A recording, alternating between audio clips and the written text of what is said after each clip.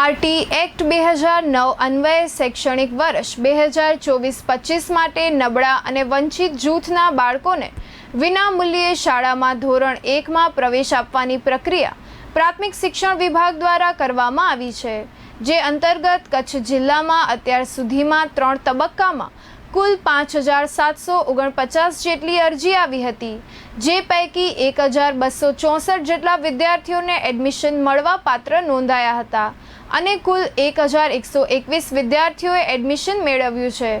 કચ્છ જિલ્લા પ્રાથમિક શિક્ષણ અધિકારી ભૂપેન્દ્રસિંહ વાઘેલાએ જણાવ્યું હતું કે કચ્છમાં આરટી એક્ટ હેઠળ 2009 હેઠળ શૈક્ષણિક વર્ષ 2024-25 માટે નબળા અને વંચિત જૂથના બાળકોને વિનામૂલ્યે શાળામાં ધોરણ 1માં પ્રવેશ આપવાની પ્રક્રિયા કચ્છ જિલ્લા પ્રાથમિક શિક્ષણ વિભાગ દ્વારા કરવામાં આવી હતી.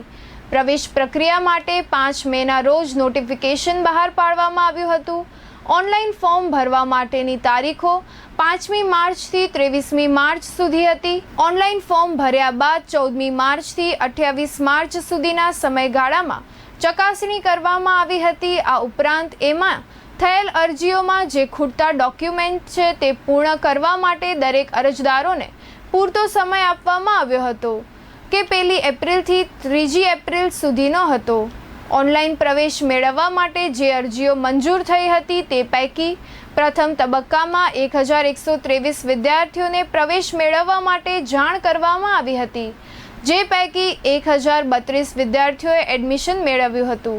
બીજા તબક્કામાં 102 જેટલી અરજીઓ સ્વીકારીને એડમિશન મેળવવા જાણ કરવામાં આવી હતી, જે પૈકી 69 જેટલા વિદ્યાર્થીઓએ પ્રવેશ મેળવ્યો હતો. તો ત્રીજા તબક્કામાં 39 જેટલા વિદ્યાર્થીઓ પ્રવેશ મેળવવા પાત્ર થયા હતા, જે પૈકી 20 વિદ્યાર્થીઓએ પ્રવેશ મેળવ્યો હતો.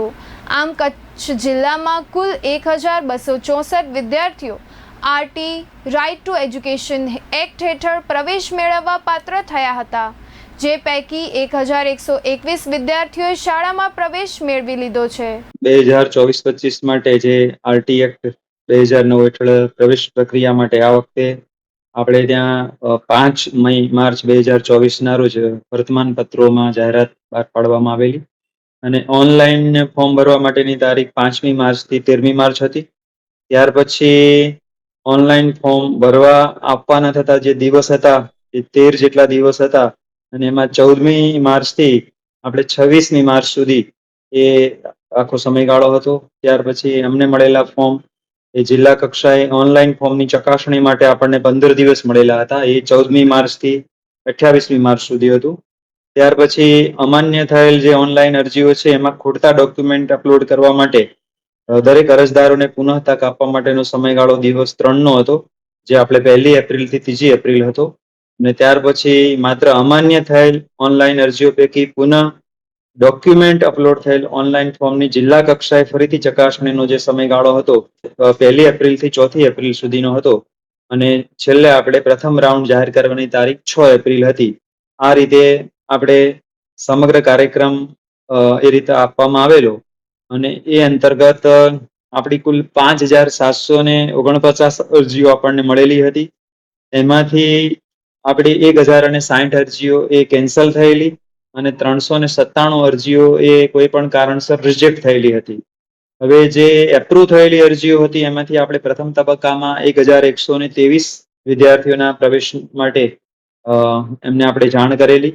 ત્યાર પછી બીજા તબક્કામાં 102 વિદ્યાર્થીઓ અને ત્રીજા તબક્કામાં 39 વિદ્યાર્થીઓને પ્રવેશ આપવા માટેની કાર્યવાહી થયેલી. એ અંતર્ગત આજની તારીખે આ 3 રાઉન્ડને અંતે આપણી પાસે કુલ 1121 જેટલા વિદ્યાર્થીઓએ પ્રવેશ આરટી અંતર્ગત મેળવેલ છે.